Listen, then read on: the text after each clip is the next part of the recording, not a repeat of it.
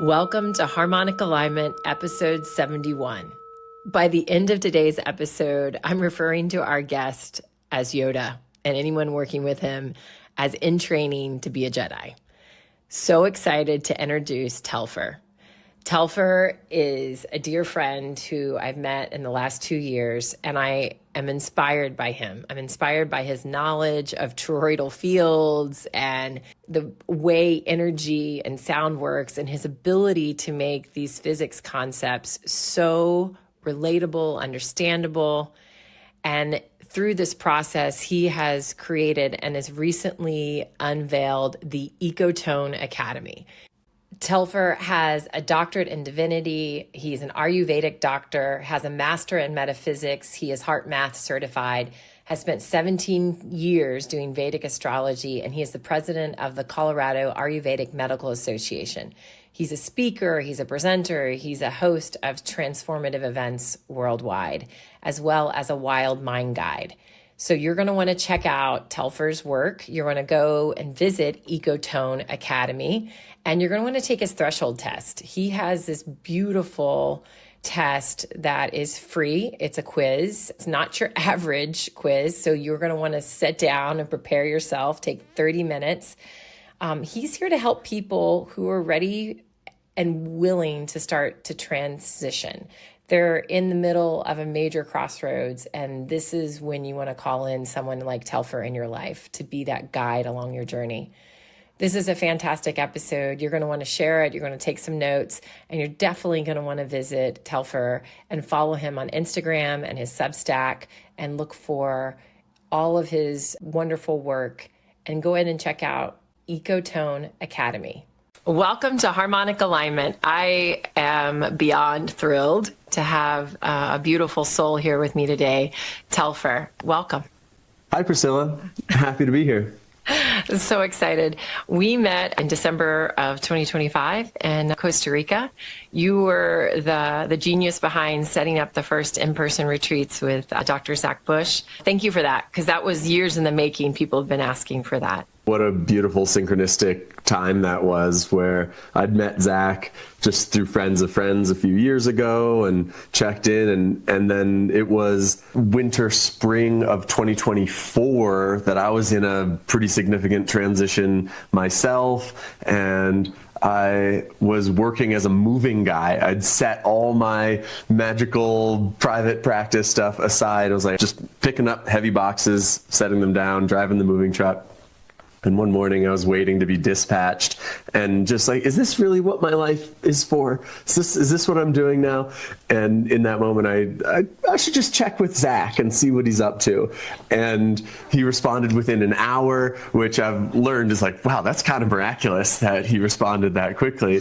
And that set off this whole cascade. That's what's so amazing is your epic life journey. You have lived in over 14 locations around the world, from Japan to Scotland to Colombia, Costa Rica, Minneapolis. You have a BA from GW in creative writing. I think you have a master's in metaphysics, as well as a doctorate of divinity. You studied Ayurvedic medicine, your internal family systems. Is it mind mapping? Wild mind guiding, which is in the tradition of the Animas Valley Institute, founded by Bill Plotkin. And so this is an approach to nature-based psycho-spiritual self-development rooted in Jungian depth psychology, but then integrating the best of earth-based cultures and traditions, but specifically applied and arising out of modern Western culture. And then add in Vedic astrology. You're like a rocket science in this. But what I was in awe of is that you can make such complicated things from physics standpoints practical and easy for people to understand. So thank you. Thank you for coming on to Harmonic Alignment and sharing some of this, your path, your medicine. So tell me, how did Telfer, the name, come to be? So my full name is David Telfer McConaughey. And I love the name David, honored by it. And I've always been Dave or David and never really cared.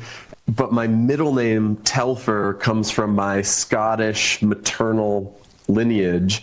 And I've always loved that name. And having spoken to my parents, I'm like, oh yeah, we were considering just giving you Telfer as a first name. And so I've reclaimed that, especially as I started to look into, like when I was living in Scotland, I went to this old library and found a book of etymology or of this list of names. The word Telfer comes from the French taille-fer, which taille means to cut, and fer, F-E-R, refers to iron.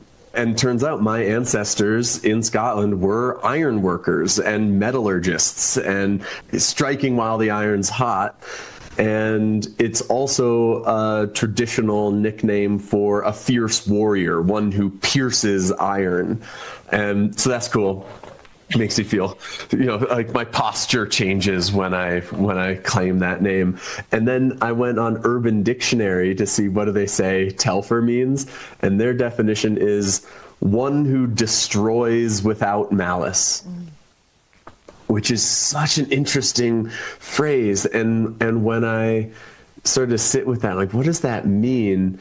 One, it's like very like Shiva energy, and like that's the transformation energy. And what does it mean to destroy without malice? It's like, okay, so in order to break out of its cocoon, a butterfly must destroy that chrysalis.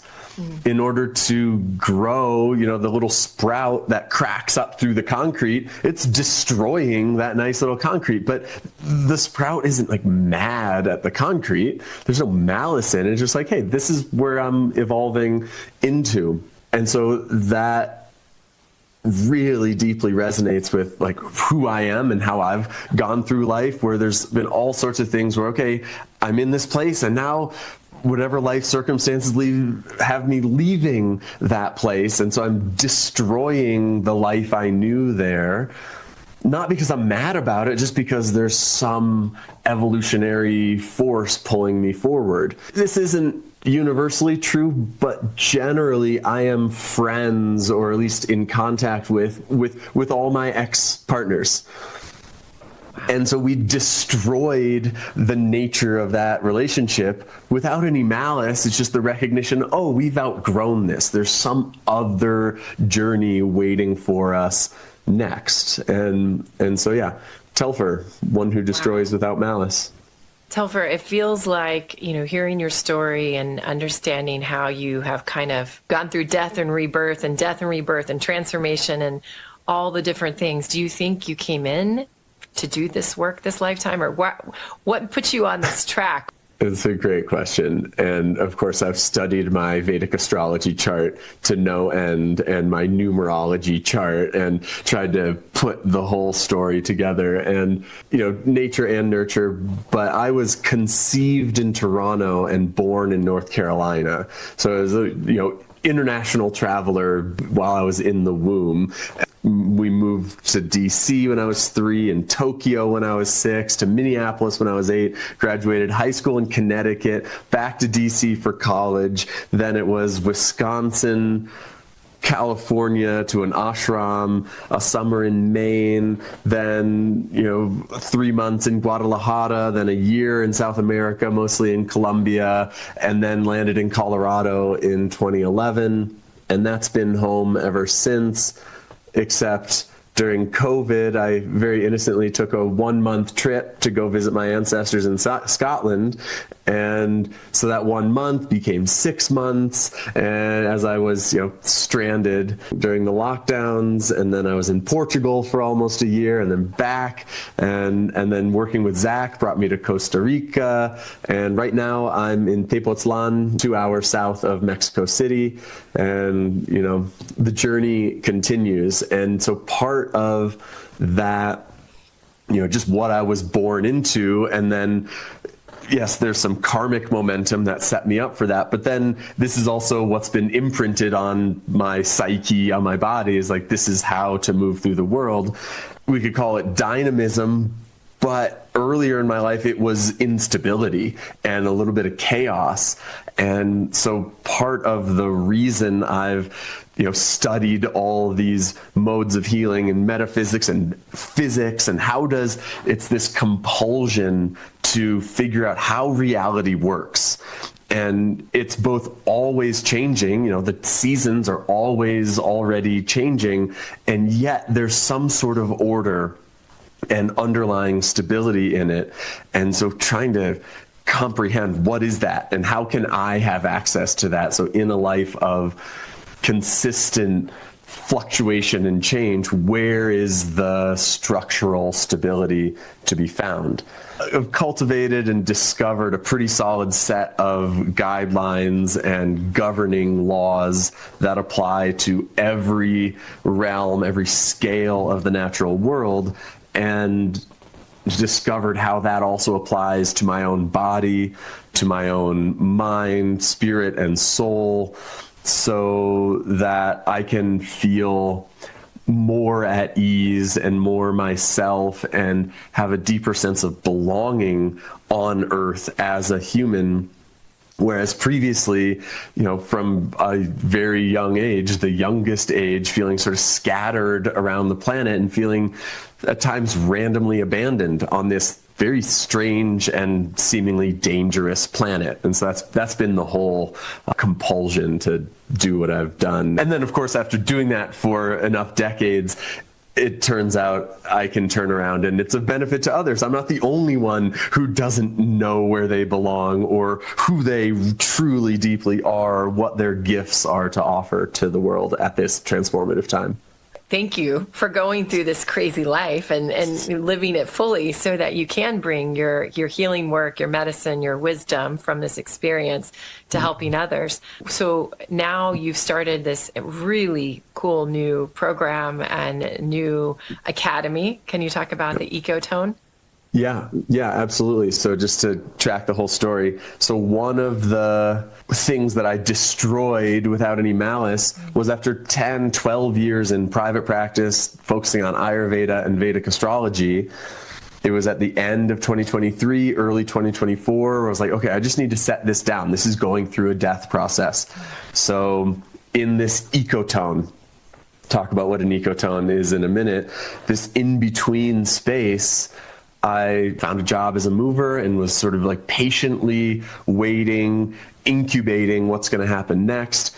Started working with Zach. What a revelation and an evolutionary invitation, and met a bunch of amazing people and got to work closely with Zach. Great. But then that also went through an appropriate death process. That was never going to be a lifelong job or partnership. And so that also went through its natural transformation process at the end of last year. And his invitation to me was, hey, we need you to do your own thing. And you've outgrown this little role with me. And so get out there and restart your own thing. Okay, so this rebirth is Ecotone Academy. And that word ecotone in nature, it's where two ecosystems meet. So think of where forest meets prairie, or where a river meets the ocean and creates an estuary. And these are the most vibrant, diverse places in the world. You think of the coral reef right at the shore, and there's a river, and there's fresh water and salt water, and it's just bustling with color and life, and got all this life, but it's also dangerous, right? Predators lurk there because there's so much life. And if you're a gazelle, grazing in the field, there might be a lion hiding behind the tree just on the edge of the forest, right? And so these are really interesting areas in nature. But then, metaphorically, symbolically, it also applies to human lives and these in-between zones where an old story is ending and a new story is not yet clear. And, we're in these edge zones where it feels dangerous. It's uncomfortable. Well, you don't know what's hiding behind the tree. And is it a friend or a predator? And it's so full of opportunity and vibrancy. But what I've noticed in my own life and in other people's lives is that in between, that liminal space is really uncomfortable. because yes. it's so unknown, and all the familiar reference points, the relationship, the job, the sense of self, the place you've been living, all of that falls away. And so all of the walls you can lean on, the reference points that let you know, okay, I am here because I have this relationship or this job, when all that gets swept away, it's like, well, I don't know who I am or where I belong or what's going to happen. And it's terrifying. And so what so often happens is in that discomfort, there's a sense of like panic. And it's like, oh, well, I just need to do something. And I just got divorced, but now I'm going to get into this relationship right away. Or I just lost this job, and so I'm going to go apply for this other job, which isn't really aligned, but it creates some sense of safety or familiarity. And so what Ecotone Academy is all about is helping people navigating these significant transitions get really comfortable with the discomfort of that in-between space and sink into it and find the evolutionary invitation that it's offering and not freak out, and embrace the wisdom in the bewilderment and find where they truly belong and actually step into a deeper, more authentic version of themselves and make their next steps into the new story with courage and clarity and curiosity and compassion, and be able to use that ecotone as an evolutionary opportunity as opposed to a crisis. That's so beautiful and powerful. And every soul on this planet is going through some form of transition. Can you share as a couple of client stories or folks you've worked with and some of the ways that you've been able to help them find their clarity? Yeah, absolutely. And one of the stories that I love to tell, and this was really early on as I was sort of, evolving this specific, like, I think this is what I help people do, is to destroy their old identity without malice, to make space for the butterfly to fly free. So I was working with one of my best friends from college, and she was living in a van down by the river somewhere in, central coast of California, with a partner who, sweet man, but some mental health issues. And in working with her, she was feeling pretty stuck and depressed and anxious, and sort of this sense of, I'm here for something greater than this, but I'm sort of living in this rundown community and stuck in this relationship which isn't really working, and there's a sense I need to break out of this, but I don't know how. And so we had a series of conversations where we looked at her astrology chart and some of the timing, and we use her astrology chart as the starting place, as like a map of her psyche, a map of her internal parts. And this is what we call internal family solar systems, where we're using the astrology chart as a map of internal parts to stimulate the most courageous conversation possible.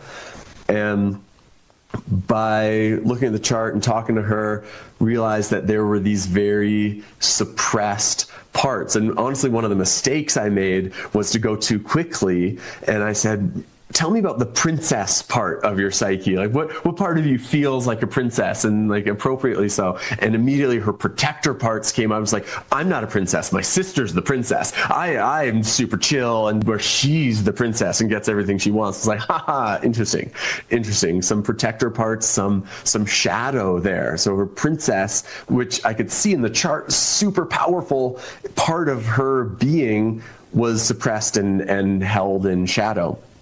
So gave her some invitations to start to wake that up and befriend that aspect of herself. And so she started by buying some new clothes that, instead of the like big baggy sweatshirts and things, was like, well, something that makes her feel a little sexy. These Venusian, these Venus qualities. And that woke something up. She then had the courage to go, she started doing figure modeling for art classes. So she started sitting in front of groups of people in the nude, and she loved that. That like woke up this whole other thing. And then she started doing a burlesque. and like flow arts and hanging from rings and the silks and dancing in that way. And so this woke up this whole other part of her where all of a sudden she's feeling that power and that the dignity of that. And it clicks like, oh my God, I'm in an abusive relationship. This is emotionally abusive and suppressing all my grandeur and power. And so with that clicked like, okay, there's a major threshold that I need to cross and I need to get out of here. But now where do I go? What do I do? And so we analyzed another part of her, also got a strong like Mars part, this like, she is a warrior and this very powerful person. And long story short, she applied to get a graduate degree at UC Berkeley and is now like working in public policy. And it makes me cry because she completely transformed her life, but not by becoming some other thing, but actually by rooting down, becoming who she has always been. And so in this transition, we actually like slowed down, and by taking like something as simple as buying some new clothes was the catalyst that set off this cascade of other changes. Like, oh, I like that. Oh, and following that longing and that curiosity and just that simple invitation led to this radical transformation of her life. She's just a dear friend of mine. So it makes me really happy that she's living a more full and fulfilled life. But also it speaks to the power of, you can't change one thing without changing everything, right? If you've got an equilateral triangle and you move one of those dots anywhere, well, all of a sudden that's not an equilateral triangle anymore. And all the lengths have changed, all the angles have changed.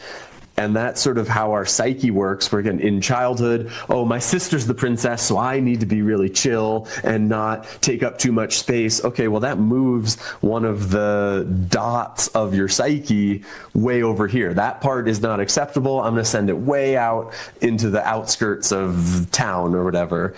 And so then all the other parts of the psyche, all the other points in the constellation have to adjust, and the angles change and the tension and the lines between them change. And so something as simple as welcoming that princess part, even like an inch back in the direction of the whole system, softens the tension and eases the sharp angles, and that feels good. And all the other parts are like, oh, well, that actually feels good. Maybe that Venus part can come closer and then closer, and all of a sudden you're back to an equilateral triangle and you're rocking and rolling. I love that you're going more for when you look at someone and you have the background to look at what they're eating and how they're moving and how they're breathing, and because you have the Ayurvedic background. And I think people, when they're at this place of trying to make change in their life, they don't know exactly where to start. And it sounds like, is it food? Is it trauma from my past? Is it my own thinking that's getting in the way? Using your background and understanding, you're helping them identify the unseen things that are, is it like a repeating message that's coming out? It's like bad programming, like you're trying to get rid of the bad software and help them upgrade. Yeah, and one of the principles I operate by is intensification, not interpretation. So it's not for me to tell you what a dream means or what the discomfort in your psyche means. Right. But typically what I like to do is help intensify it.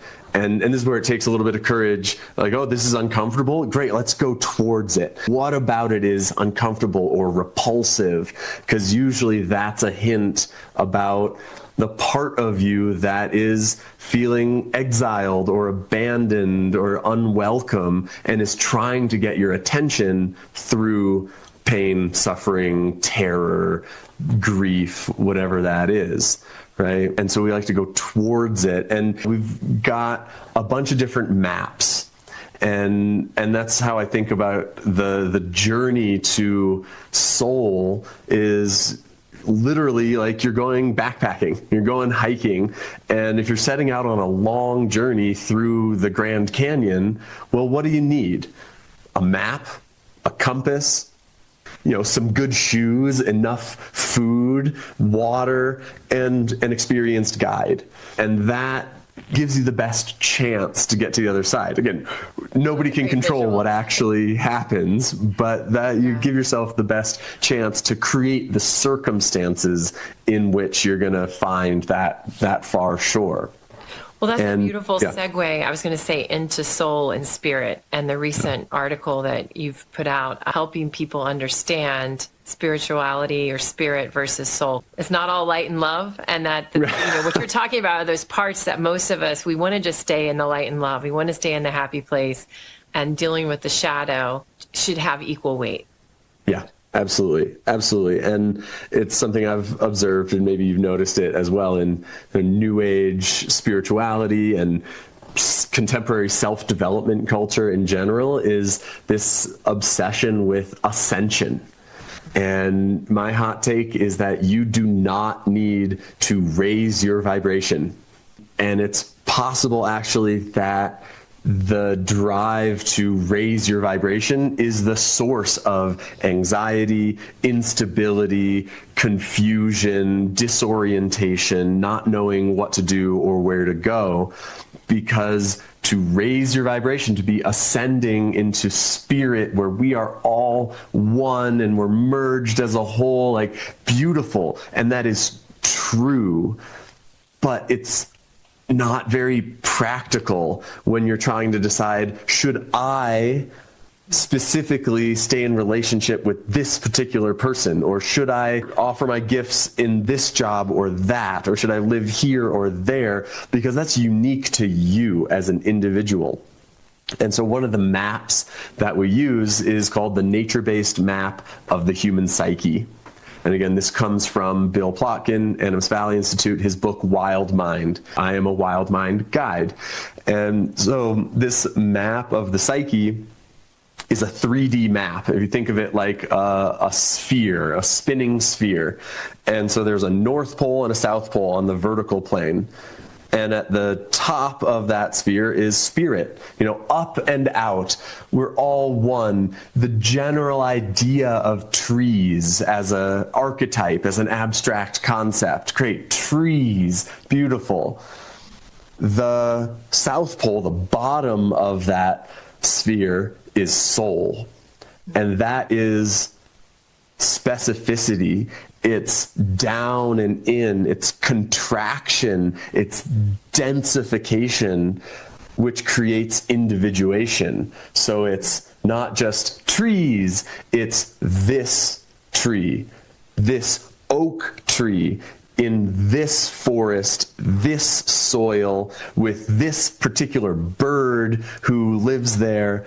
And that specificity is the access point for delivering gifts and contributing to the ecosystem, because it's only through that soil that the nutrients arise to allow the tree to grow and spread its branches, to provide a home for birds and squirrels and owls, to drop its acorns and drop its leaves, which then nourish the soil. And so when we're so obsessed with spirit and ascension and up and out, it actually disconnects us from our authentic gifts and our individual destiny and soul purpose in this life. And I see a lot of other people missing that and longing for that, especially in an age where, we've got the whole world in our pocket and AI gives us any information we want, and 24-hour news cycle, we know what's happening in the whole world. But what does that mean for me?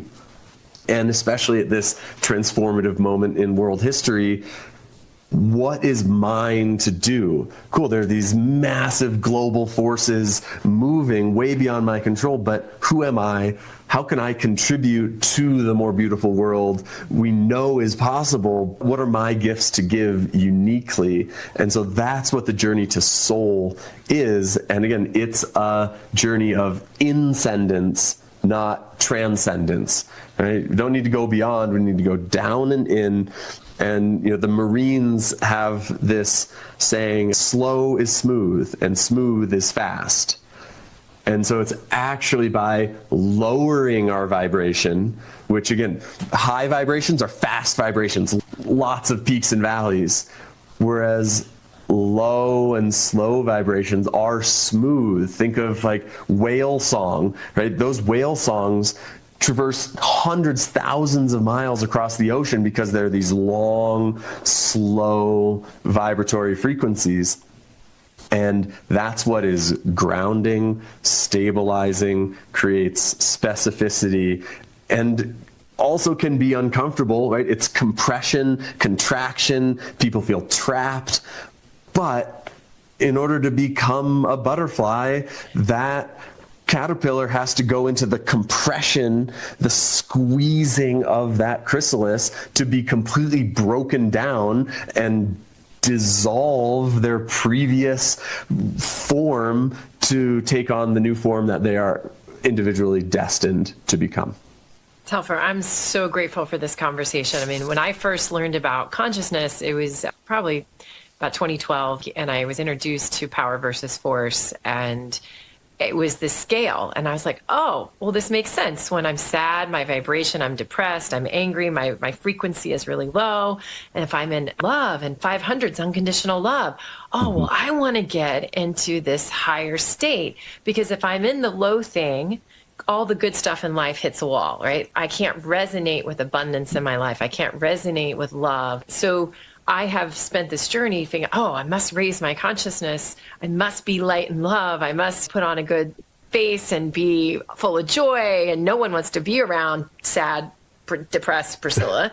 But I think it's just half the conversation. And what you're trying to show us is that we're on harmonic alignment. It isn't about raising your vibration, but it's finding your unique song, your specific individual alignment, and that we're all special and we're not special. Like there's this, how do we wrap our heads? Like, but we all have a purpose to fulfill on this planet. Our soul has a meaning. Yeah. And music is the best metaphor, because it's like everything is literally vibration from microscopic to macroscopic. And so sound is the best metaphor, even though it's more literal actually. And so yes, within yourself, you've got the full spectrum of frequencies. And how boring would music be if it were all alto, soprano, and it's all just the high notes and the melody? Would love that. We would love. Right, of course, yeah, obviously. But without a bass line? Yeah. How boring. How boring. And what impact on your psyche would that have if the only music you could listen to were in that higher frequency range? Like what would that do? Like you would never know it was high because you would never experience the low. Yeah. Yeah. And my sense is it would eventually be chaotic and rattling to the psyche. Like sometimes if you want to calm down, you want to listen to Gregorian chanting, or, didgeridoos, or, these like low toning where it's just a bunch of right? And so that's true within our own beings, where nothing is better or worse. What we want is dexterity. Depending on the circumstances, like, okay, yeah, maybe you are feeling slow and low and down and can't get out of bed. Okay, let's plug some high frequencies in there and some rapid vibration and wake you up and warm you up and get you moving. A little spark plug, great. But if you're scattered and anxious and ungrounded, great, let's slow it down. Nothing is better or worse. It's about dexterity and about skillful noticing of what do I actually need right now. And same, with Ayurveda, where I talk to people like, oh, I eat really healthy, salads and smoothies. Like, oh, and you haven't pooped in 3 days and you're anxious and you are waking up at 2 a.m. every night. It's like, yeah, because you're eating cold, crunchy food. And so, warm soups, more oils, more well-spiced things are this counterbalancing thing. Whereas, there are other people who are maybe eating a lot of macaroni and cheese and, are lethargic and cool, like more salads. And again, salads aren't necessarily healthier than warm, dense foods. It depends. Well, so if someone wants to experience Ecotone Academy, tell us about how we can get involved in your work or work with you. Yeah, totally. Love that question. The place to start is the threshold test.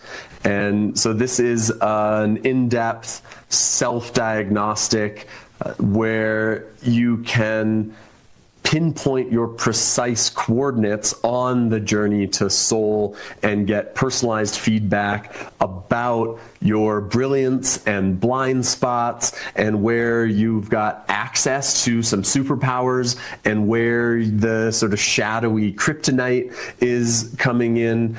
And it's really the starting point to figure out, what song is yours to sing in the larger orchestra, right? So within each individual, we've got all the frequencies, but also, I'm more of a bass or baritone, you're more of a soprano, and we've each got our song to sing that contributes to the larger whole. And that's really, that journey to soul is, okay, what is my song to sing that contributes? So the threshold test is the place to start. It's free, and that's at threshold.ecotone.academy. Ecotone Academy is having an open house right now. So until June 15th, 2026, it's just open to the public. It's like legitimately free. You don't have to put in a credit card. You just click the button and you're in as a full member, and you can poke around, kick the tires, explore all the different programs in there, come to our weekly council sessions where it's guided self-reflection and conversation and place to be seen and heard, and also, Q&A and deepen into whatever you are working on, get some individual guidance. Yeah, there's a lot to explore there. There's the Academy Commons where there's other seekers and self-healers working on the threshold that they are crossing. And so one of the fun things to see is show up, come to one of the live sessions, and what I tend to offer are what we call experimental threshold crossings, where, for my friend from college, the experimental threshold crossing was like, okay, what would it look like to go do some figure modeling? And I wasn't that specific, but it was like, go be ostentatiously beautiful in public. What would that look like? And so that was an edge. And she came right up to that precipice, the edge of the canyon, and looked over. I was like, all right, I want to get down to that soul canyon. And so I'm going to start climbing down. And what tools do I have? Ropes, paths, all that. So that's some of what you can expect to find in Ecotone Academy. I love that. Are you also on social media, Dave? Yeah. On Instagram is the best place. I am at telfer.wildmindguide. Okay, wonderful. Yeah. One of the questions we always like, and I think you've kind of covered it when you've talked a little bit about music and frequency, is what does harmonic alignment mean to you? Love that question. What does harmonic alignment mean to me? It's resonant with what we've said before, is there are no good or bad frequencies, but it is about harmony. And you can have chaotic dissonant frequencies way down low, somewhere in the middle, way up high. And what makes good music interesting is dissonance. A good song starts and establishes the tonic and the basic, key that we're playing in and the basic rhythm. And then you go to the bridge in the B section and it deviates from that. It breaks the pattern and goes into dissonance and, some distortion. And then it resolves. And that's what's so satisfying about good music. And so harmonic alignment for me is about embracing the full spectrum of vibrations and the full spectrum of amplitudes, and whether it's this nice smooth sine wave or something more jagged, it's just information. And if it's a jagged wave, well, cool, maybe you can consciously create another jagged wave. And because of, math, when you put those waves together, it actually creates something really cool and creates an overtone. That was one of the coolest explanations of harmonic alignment I've ever had. So thank you. Love that.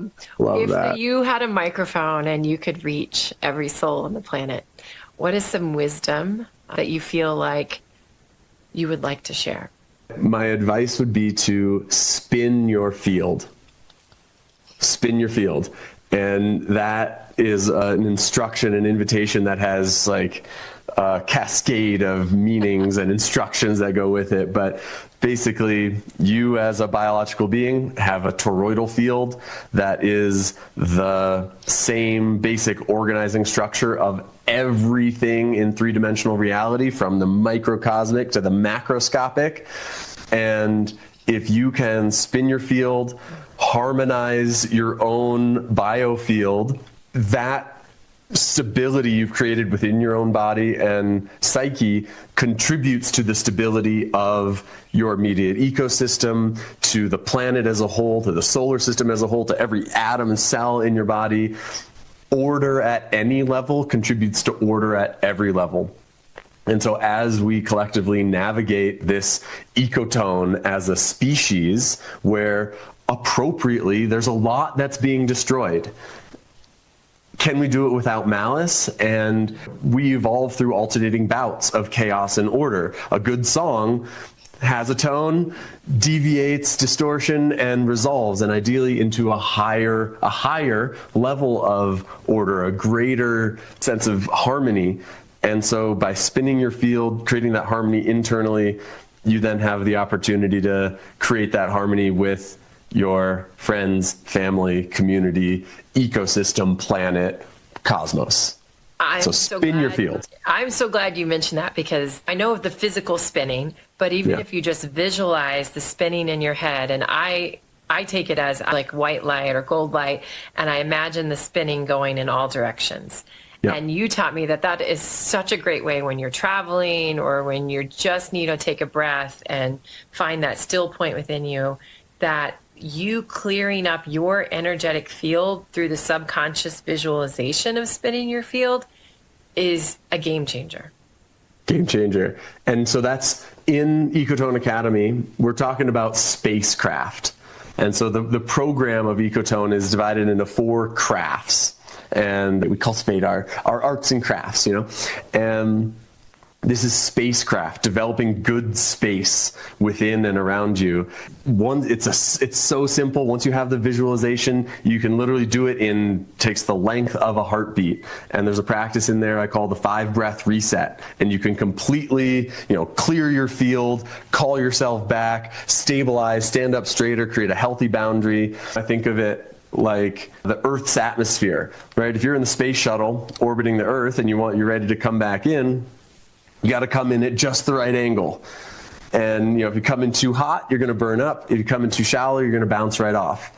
And your biofield, your toroidal field, functions exactly the same way, so that when it's spinning in a healthy way, people who come in too shallow are just going to bounce right off. People who come in too hot are going to burn up before they hit the surface. And then the people who come in at just the right angle, get in here.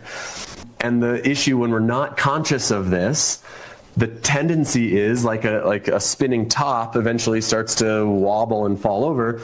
We end up with a hole in our ozone layer, and radiation starts to get in, or literal pathogens get in, and we're getting sick all the time, or we're always getting injured in one part of our body, or we have this one part of our psyche that is just incessant.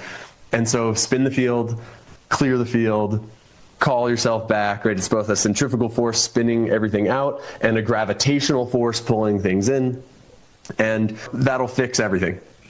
I just had this great visual of you as Yoda, and like everyone in the Ecotone Academy they're Jedi masters, and they're in training to really understand all the ways that energy is able to be not only their guides, but support them in becoming the brightest version of themselves and the most exciting way to show up fully.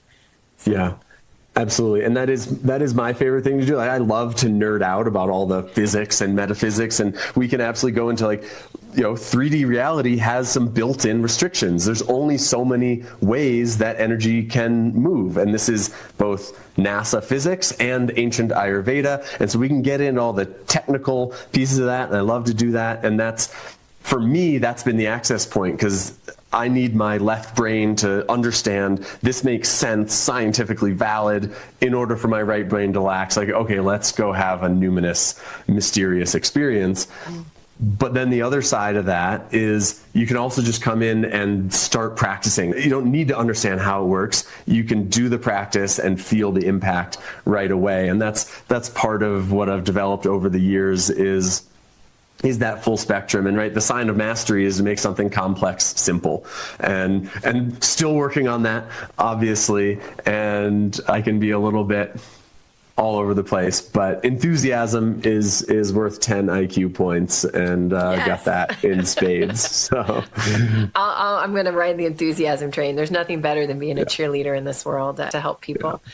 Well, Telfer, what a gift. I hope all of our listeners and the world gets to experience Ecotone Academy with Telfer. I'm now going to just think of you as Yoda, training Jedi mind masters. We're all going to become Jedis in this if we work with you. So is there anything beautiful. else you want to add before we leave? Just gratitude for you. Thanks for being who you are and doing what you do. What a joy to get to share time and space with you. Thank you. We hope you enjoyed today's episode of Harmonic Alignment. If something resonated with you, we would love to hear about it. Please consider leaving us a 5-star review and subscribing so you don't miss an upcoming episode. Thank you.